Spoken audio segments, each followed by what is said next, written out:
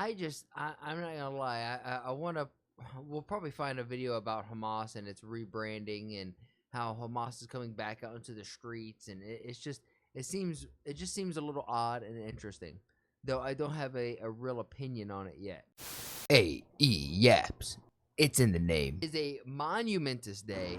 It has taken 3,000 years. It's taken 3,000 long years. Lots of developments have happened, like what we see on the screen. But now it looks like over in the Middle East, we have found peace. There's peace in the Middle East. Joy tonight as Israeli hostages are reunited with their families after more than 700 days in captivity.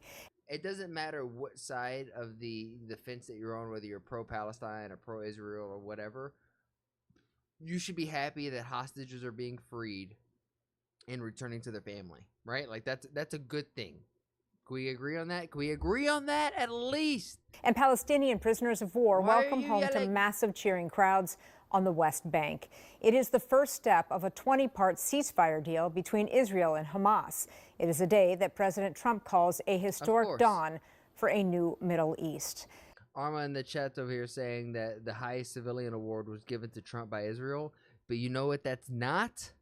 The Nobel Peace Prize. And you know what he wants? That Nobel Peace Prize. Thanks for joining us. I'm Rena. He said, I put peace in the Middle East. Now give me that prize.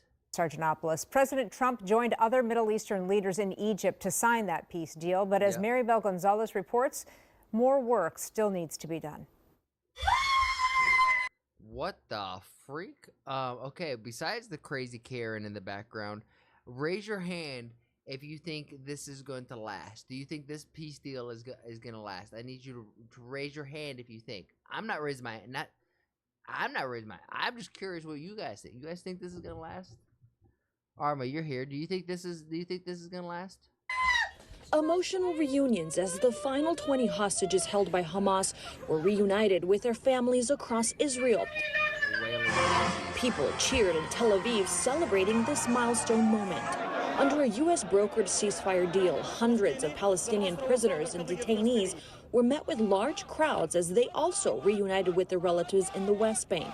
President Donald Trump declared a dawn of a new Middle East. This deal, this once-in-a-lifetime deal, nobody's ever seen anything like what's happening today. On Monday, 2 of the guys were thrown out of parliament when Trump was giving a speech. Why? photos released by the Israeli Prime Minister's office show a freed hostage playing with his children for the first time in 2 years. Families say they never stopped fighting for the release of their loved ones. Keep sharing your stories to policymakers. Keep telling us what do you think needs to happen, and give us ideas on how we can break the deadlock. And we kept doing that. They kept open the White House for us. And President Trump has done it.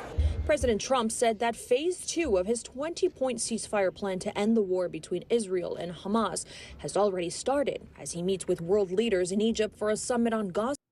I'm not gonna lie.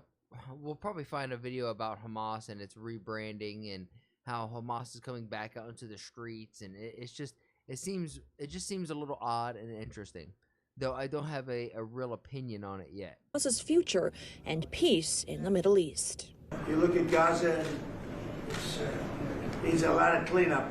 This is clearly, in my mind, I think in the mind of everyone in this room, probably one of the most important days for world peace in 50 years. I'm Maribel Gonzalez reporting. Here at home, Minnesotans with close ties to the region say they're experiencing a mix of emotions. For those with family in Israel and Palestine, there is a sense of relief that a ceasefire has been reached, but That is true. There is a good sense of relief that at least one of these global wars is ending. Now we just have to worry about Afghanistan and Pakistan, which I don't know if Afghanistan is acting as a proxy for India, because I know India doesn't like Pakistan too much. Either that or India and Afghanistan are just meeting at the table saying, hey, we may not 100% like each other, but you know what we both can agree on? We both don't like Pakistan. So let's, give them the good old Eiffel Tower and give them the DP. That's kind of what I think is happening, but still you have that going on. Nepal just has a new government voted in by Discord. Like, there's a lot of craziness and conflict that's going on around the world. There are questions about the long-term future in the Middle East and whether lasting peace can actually be achieved. Today, we spoke with both the Jewish Community Relations Council and a Palestinian-American business owner. So happy.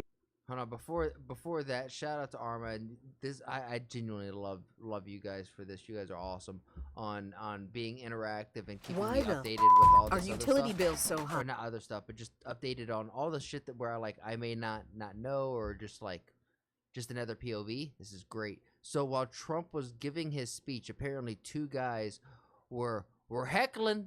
They were heckling the comedian when he was doing his skit. Oh shit. There we go. You can't be doing that. When Trump speaks, you cannot interrupt. Everybody loves Steve, and they respect him, and they somehow can relate to him. I've known him for many years, and I've seen it over and over again. Whoa. להוציא את חבר הכנסת עודה, להוציא אותו מהאולם, להוציא אותו מיד, החוצה. Please expel this Knesset member. Please expel. What did he just slam his fist on the thing, like, or did he shoot a gun in the air? Like, what was that? This Knesset member. Why are these people freaking out? Please expel Knesset member Kasif out of the hall. Please expel him immediately. Oh shit! I got at least let him get up and get his shit. I need context. What happened? Everyone's clapping. So were these guys just hecklers? Were these guys just hecklers stopping the performance? Okay, that's interesting. But at the same time, are we surprised that people caused a little bit of ruckus during an interview or during a Trump speech at this point? And relieved, and at the same time, I'm still wearing the yellow ribbon because only 4 bodies were returned. Only 4. And so there are a lot of families that are still waiting. I mean, I'm happy that we have a ceasefire finally, but very skeptical about what goes next. The United Nations says that there is major progress in getting humanitarian aid into Gaza, including many tons of food and medical supplies. Okay, well, that is the Israel side of things.